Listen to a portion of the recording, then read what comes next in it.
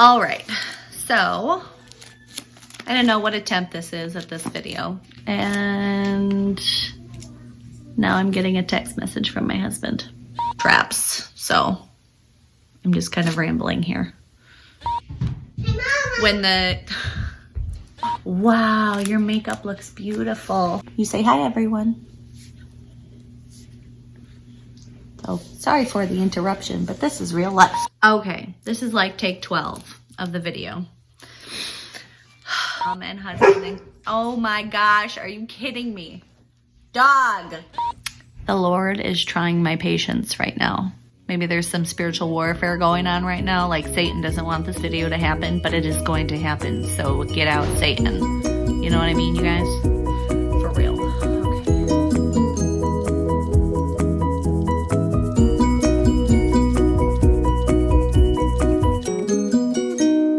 Guys, welcome in to the Narrow Alley. I'm Allie Seeley, your host. So I hope that you got to take a look at that get to know me video. I know it was kind of weird, and rest assured that's not always me. I can be serious and regal too. Okay, I can't be regal. I don't know. I can try though. So today is my first official vlog. So why is my blog called The Narrow Alley? Well, one of the things that I base it off of is one of my favorite verses from Matthew 7:13 and 14. And this is the NIV, so New International Version. It says, "Enter through the narrow gate, for wide is the gate and broad is the road that leads to destruction, and many enter through it. But small is the gate and narrow is the road that leads to life, and only a few find it." So if you know me, like really know me, not just am an acquaintance or anything like that, you know that I've gotten into some pretty big issues in my life, places where I've put myself, following that wider path, what felt easy, and things that felt like really good in the moment, but really ultimately ended up potentially ruining other people's lives, and that could have ruined my life, but I got Jesus, so we're good. So I want to be real with you guys. I am a real person. I go through real stuff. And so I want to share those life experiences with you.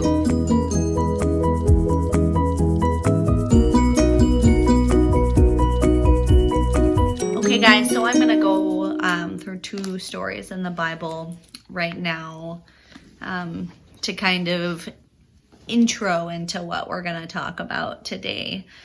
So the first one is in Matthew. And in Matthew 14, you may or may not have heard, it's a very popular story with Jesus feeds 5,000. It's where he takes these loaves of bread and fish, and there's 5,000 people, and instead of sending them away to go get their own food, he uses that tiny amount of food and it actually feeds everyone, and there's still food left over. So after this awesome miracle, Jesus actually sends his disciples out into a storm. And that's in Matthew 14:22. It says, "Immediately after this," so the miracle of the 5,000, with the 5,000 people, "Jesus made his disciples get back in the boat and cross to the other side of the lake while he sent the people home. Afterward, he went up to the hills by himself to pray. Night fell while he was there alone. Meanwhile, the disciples were in trouble far away from land, for a strong wind had risen, and they were fighting heavy waves. About 3 o'clock in the morning, Jesus came to them walking on the water. When the disciples saw him, they screamed in terror, thinking he was a ghost. But Jesus spoke to them at once. 'It's all right,' he said. 'I am here. Don't be afraid.' Peter called to him, 'Lord, if it's really you, let me come to you by walking on water.' 'All right, come,' Jesus said. So Peter went over the side of the boat, walked on the water toward Jesus. When he looked around at the high waves, he was terrified and he began to sink. 'Save me, Lord,' he shouted. Instantly, Jesus reached out his hand and grabbed him. "You don't have much faith," Jesus said. "Why did you doubt me?" Then he climbed back into the boat and the wind stopped.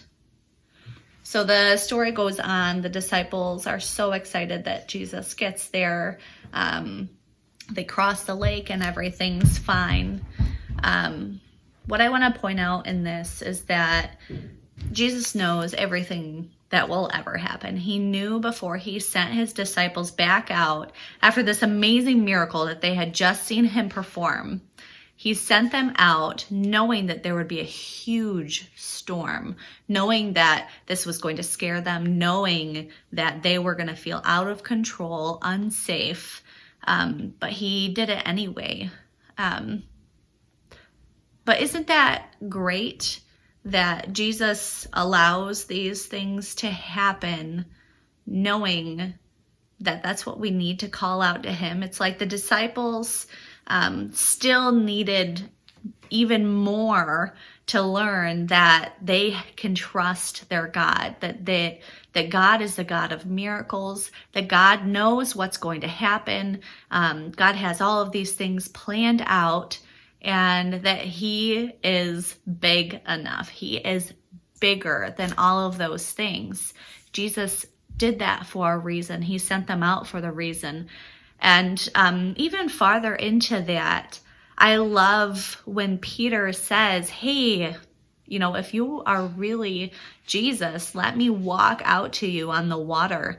And I love that he didn't just walk out to Jesus. Like, this is real life, guys. Like, this is what we keep talking about, is that most of us in that situation, definitely me, like, Peter started to lose faith even after he had started walking. He's like, "Oh yeah, I'm walking on the water." He looked down, saw that danger again, and he got scared and he started to sink. But that's not what matters, guys. What matters is Peter then called back out to Jesus and said, "Lord, save me."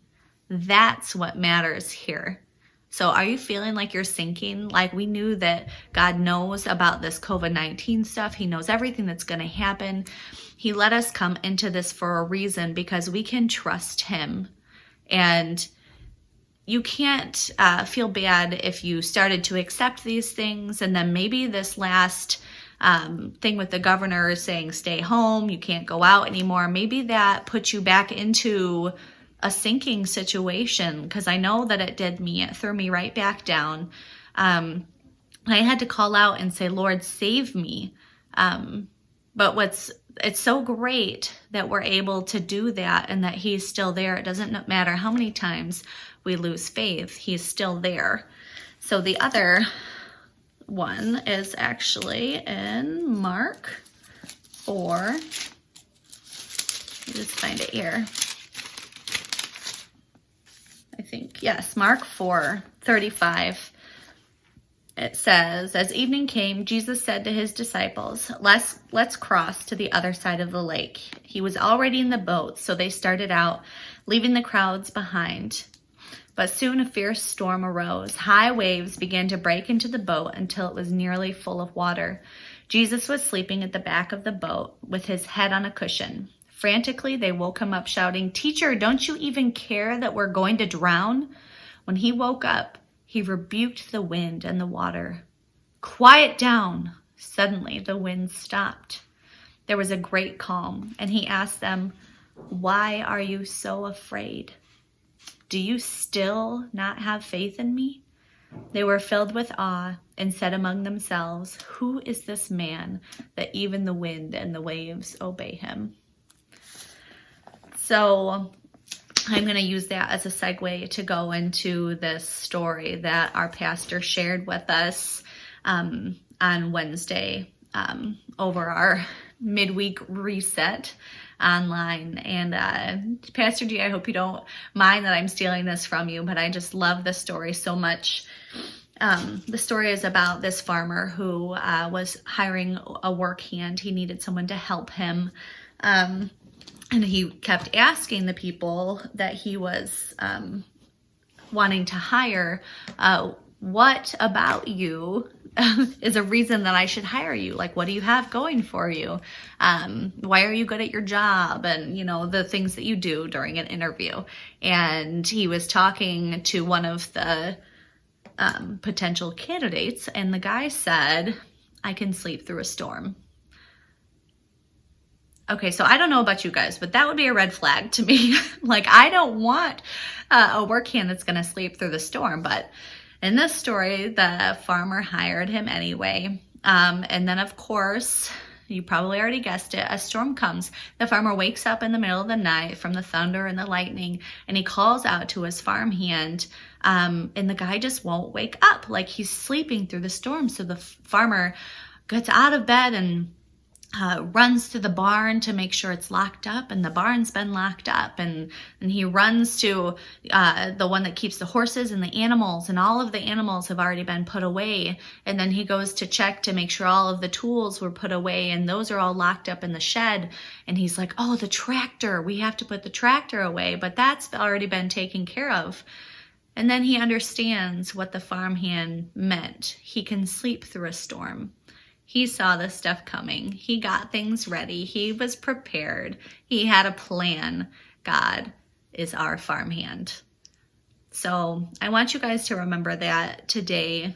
It doesn't matter how often we read through these stories in the Bible and seeing all the miracles.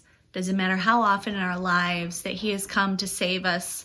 We're human, and we're always going to have those feelings or those times when we're sinking after walking on the water, and we have to just cry out and say, Jesus, save me. And when you do that, when you're willing to let Him, He's going to come in and save you. So thank you guys for joining me today. If you have any questions or comments, please let me know below. Subscribe to my channel. This is just one of many. If you haven't checked out my get to know me video, it's kind of weird and wacky, but and let me know other things that you want to talk about, maybe different Bible verses that are helping you through this time.